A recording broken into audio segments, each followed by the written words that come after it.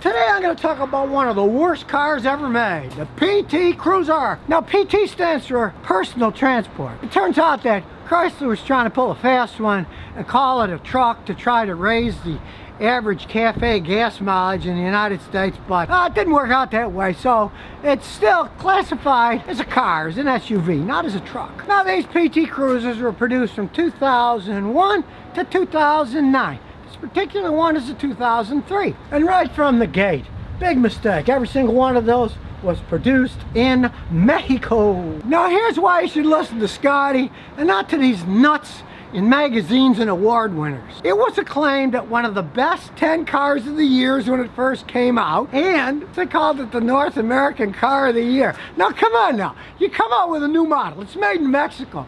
How can you call it the Car of the Year? One of the top 10 cars. Come on. Now, yes, we do have the advantage of hindsight.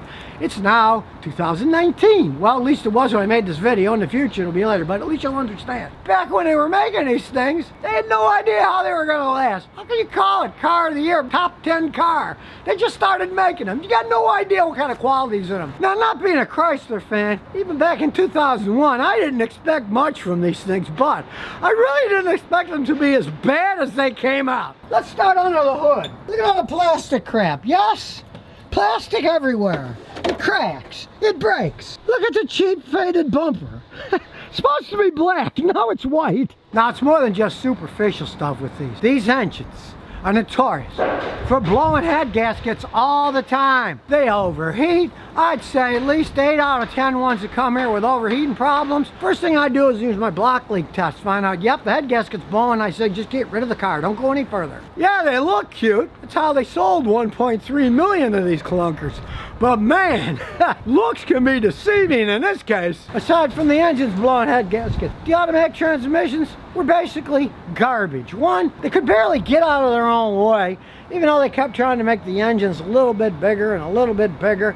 They never were all that fast, but Americans mainly drive automatic transmission. And this car, man, it had one clunker transmission. This particular one, the 2003 PT Cruiser, has a measly little 4-speed automatic. It's 3 speeds with an overdrive on it. Even though they don't have much acceleration, they don't get very good gas mileage for a car this size either. This particular one gets in the teens in stop and go traffic.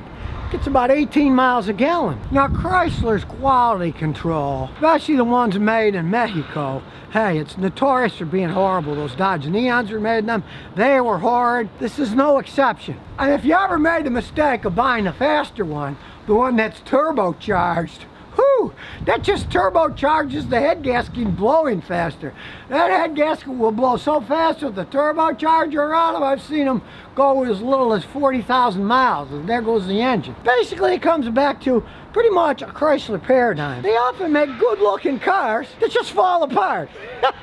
You want a lawn ornament? Hey, park it on your front lawn. It looks cool, you know. But driving it every day for hundreds of thousands of miles, you can forget that, unless you got deep pockets to keep fixing it. Heck, even the heaters on these things break down. They use the cheaper heater core, and the stupid things either clog up or leak, and you gotta tear the whole dash apart to replace them. And here's the part I really don't understand. When this thing was brand new, a base model was $3,000 more than a 4-door Toyota Corolla. Yeah, back then the Corolla didn't have the cool gangster styling of this PT Cruiser, but it would run circles around one of these things. There you go, 400,000 miles or more, and this thing, sure, you're lucky if you get 80 or 90 before the engine blows. If you ever owned a Chrysler Neon, you were probably smart enough to realize, I'm not going to buy its replacement because the original one was bad enough. They were handy. Seats go down in the back. You got all kinds of space to throw crap in, like my customer has all their junk in there. It makes a big locker, good storage area, but has a vehicle for dependable transportation. This is one of the last things you'd ever want to buy. Now, this one's got 118,000 miles, and believe me, it's on its last legs. We'll start it up. You can hear squeaking there, and in the back, you can hear the muffler vibrating. They just had poor, cheap build quality. Anybody in their right mind would say this is North American Car of the Year, one of the top 10 vehicles Well, that year, they got rocks in their head. At least if they were honest. No, I mean, if they're on the old payola, well, what the heck. A lot of people do that these days. Old Scotty does. They tell you the truth about these things. I have no ulterior motives other than showing people what's out there, what's good, what's bad. Over the years, I've had a lot of women buy these because they thought they looked cute, just like the minis. They buy them because they think they look cute, only to find out that cuteness is hiding an endless money pit under the hood. 6 months ago, I had a customer buy a used one, and it was a convertible. They actually turned some of these into convertibles. He had just bought the vehicle for like $900. Brought it to me a couple months after he bought it, said, "What's wrong?" And there it was, a typical PT Cruiser. The head gasket was blowing, the engine was overheating. He put some of the sealer in it. He bought it AutoZone. Worked pretty good, the bar sealer for head gasket leaks,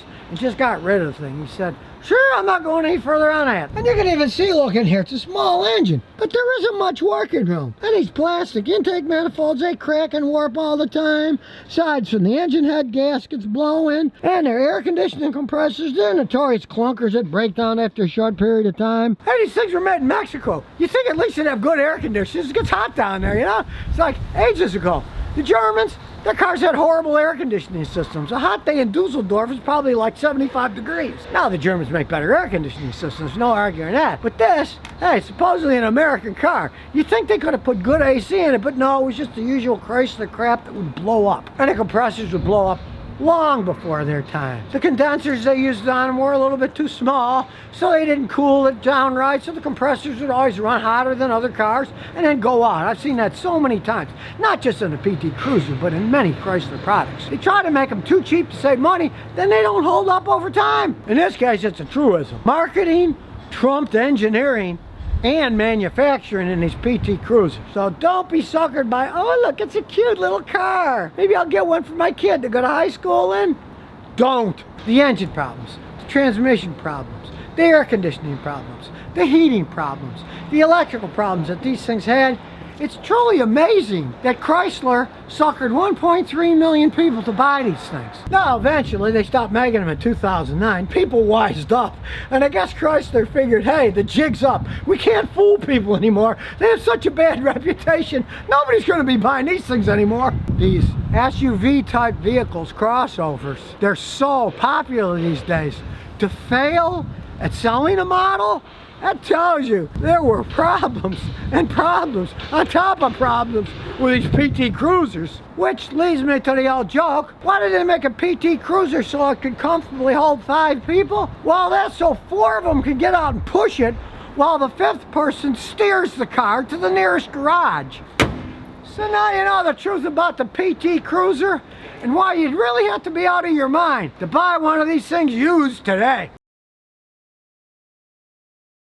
This particular one is a 2016 Chrysler 200S. Now back in 2016, these things listed for $26,000. To me, I don't know anybody would buy one. They could have gotten a 4-cylinder Camry for $1,000 less. But of course, this is an Italian design. This is after Fiat bought Chrysler. In Europe, they called these things Lancias for that famous line of Italian sports cars. But of course, here in the United States, people who know Lancias know that they were absolute piles of junk that fell apart, cost a fortune to maintain, and yeah, they were sporty, but man, they did not hold up over time. Now, they started selling these Chrysler 200s in the United States in 2010, and they stopped selling them in 2017. 2012, they sold over 125,000 of these 200s in the United States. They stopped selling them in 2017. That was the last year they sold them. And in that year, they only sold 18,000. To me, it's amazing that they could sucker so many people to buy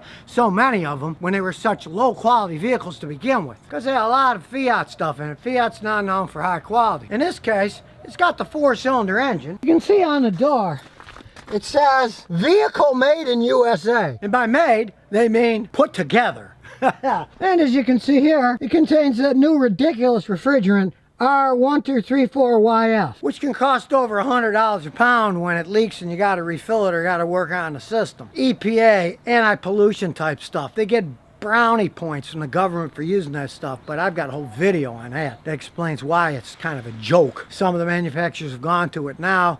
To me, bad move, really. It's a bad move. Now, if you look at the car itself, it's pretty stylish. You know, Italians are good at making stylish stuff. And it's got the usual bucket seats that are pretty comfortable. Nothing wrong with that. And it's got the usual back seat that there's some room in. Seats flip down so you can use the trunk to carry more stuff by flopping the seats down. Now, for something as modern as this, you can see the dash is kind of dated.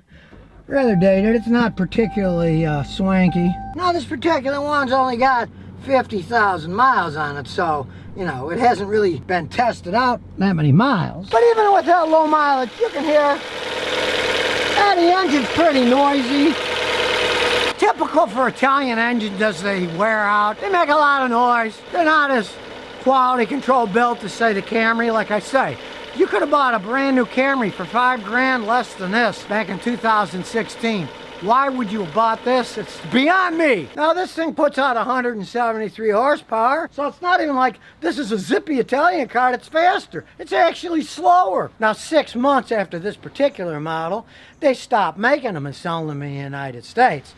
So it's no surprise to me, kind of surprised me that it lasted even as long as it did, even though that was a relatively short run. Because let's face it, you heard that engine noise. 50,000 miles, this engine makes more noise than my Celica does with 240,000 miles on it. Quality? Not Fiat's known. And safety? They got a 1-star side pole. They got nothing on the side. They're one of the lower rated by the National Highway Traffic Safety Association for safety in crashes. They look cool with the dual exhaust. Why it has a dual exhaust on a 4-cylinder engine is beyond me, but they do look good. They're kind of like most Italian things. They really look good, but when you get underneath the hood, things aren't what they seem. Now, these 200s are the replacement for the Sebrings. And if you know anything about Sebrings, it's kind of like Chrysler went from the Sebring Fire into the 200 frying pan.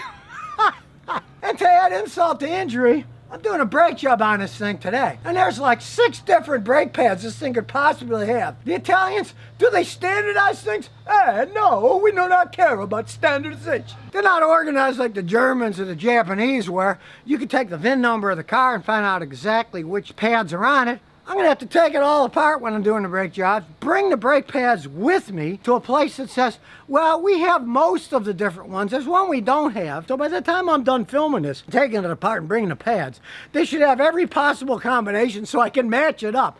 But really, do you want to have a car like that? You should just be able to say, here's the car, here's the VIN number, I need the parts. And yet people still wonder, why is Chrysler Fiat having problems? Well, because of the root of the problems, which is Italian-based manufacturing. Combined with Chrysler's lack of knowledge, they're not exactly a shining example of a great corporation. We taxpayers had to bail them out a while ago.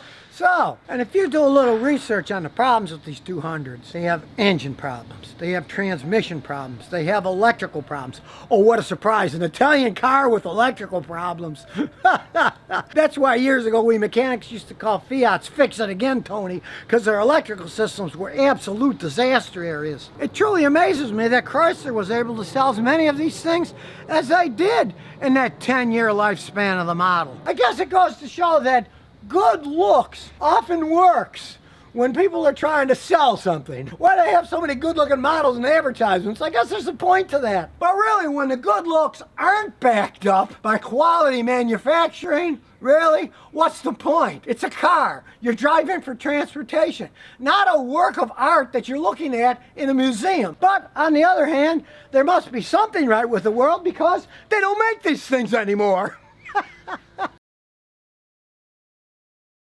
In this case, it's a John Cooper Works. It's got a tricked out 6-speed standard transmission. And it's certainly telling you what it is. It puts out 228 horsepower. When this car was made, the normal one, just the plain old Mini, put out 121 horsepower. Yes, if you have a normal one, back in 2015, a lot of people in the United States get them with automatic transmissions. They could barely get out of their own way. There's no arguing that. Now, when you open the hood, you can see what's happening under here. Or I should have said you can't see what's happening under here because it's so cramped in with stuff, you can't really see anything. But if we take off the stupid beauty cover, we can see underneath it's turbocharged. It also has an upgraded exhaust system, intake manifold, exhaust manifold, a remapped ECU main control unit, so that it'll go faster. It's actually a quite zippy car. You got to realize one thing with these Minis. It doesn't have that much in common with the original Mini. The original Mini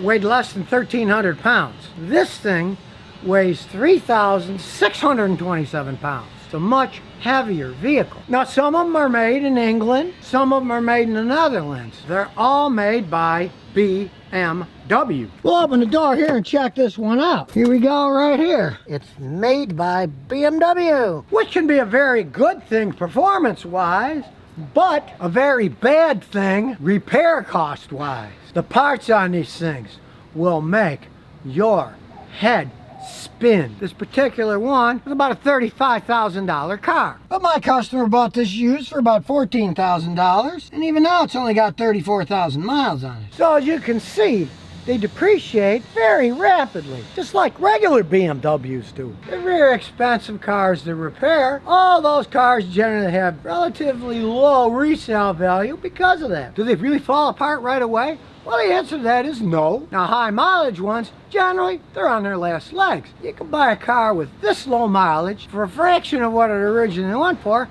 It can actually be a fun car to drive around. Just make sure you have full coverage. Body parts are expensive too, so they get wrecked. They cost a fortune to repair. So make sure you always have full coverage and maintain the vehicle. But being built and here in the United States, serviced at BMW dealerships are so expensive to maintain at the dealer. That's why this car is here. He saw some servicing he needed at the dealer, and it was astronomical what they wanted for just some basic things. Now, a lot of the parts are made by BMW. Software is all stuff with BMW. I work on BMW, so I got all the equipment for them. You can find lots of mechanics if they work on BMWs, other European cars. They're going to have equipment to work on these things. But anybody who's ever owned a BMW and had it serviced regularly at a BMW dealer, they know the insane high cost that they have there. In that respect, the Minis are no different. They are astronomical if you maintain them at the dealer. Now, granted, the earlier ones had engine problems. My neighbor had one, blew the engine in it. And being so low to the ground, hey, these aren't cars you're going to drive through any type of water. You'll suck water and blow the engine. But being low to the ground and a very tricked out suspension system, these things are a lot of fun to drive around. They really corner well. And this one, it's a sport version, but it does have a reasonable amount of space in the back. Just take this into consideration. Here, the seats are folded back. When the seats are folded up, you're not going to have comfortable large people sitting in the back by any stretch of the imagination. But for the driver and the passenger, they have very comfortable molded seats.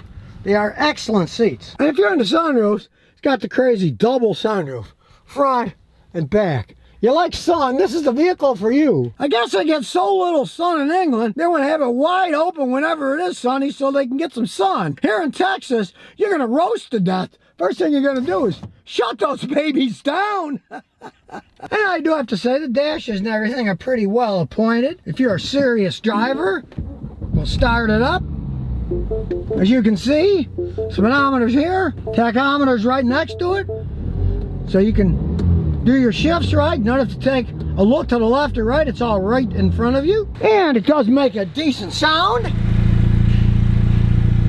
And it's got a cool side dash display for all kinds of electronic stuff you want to mess around with. The modern obligatory zillion buttons on the steering, so you can mess with everything without taking your hands off the steering wheel. Now when we jack up the car, you can get a little more idea about how it actually functions. As we go under, you can see it's a classic Mini. Front wheel drive. There's a drive shaft. It drives only the front wheels, just like the classic Mini did. And as we look at the tires here, we can see the classic problems you're always going to have with these tires.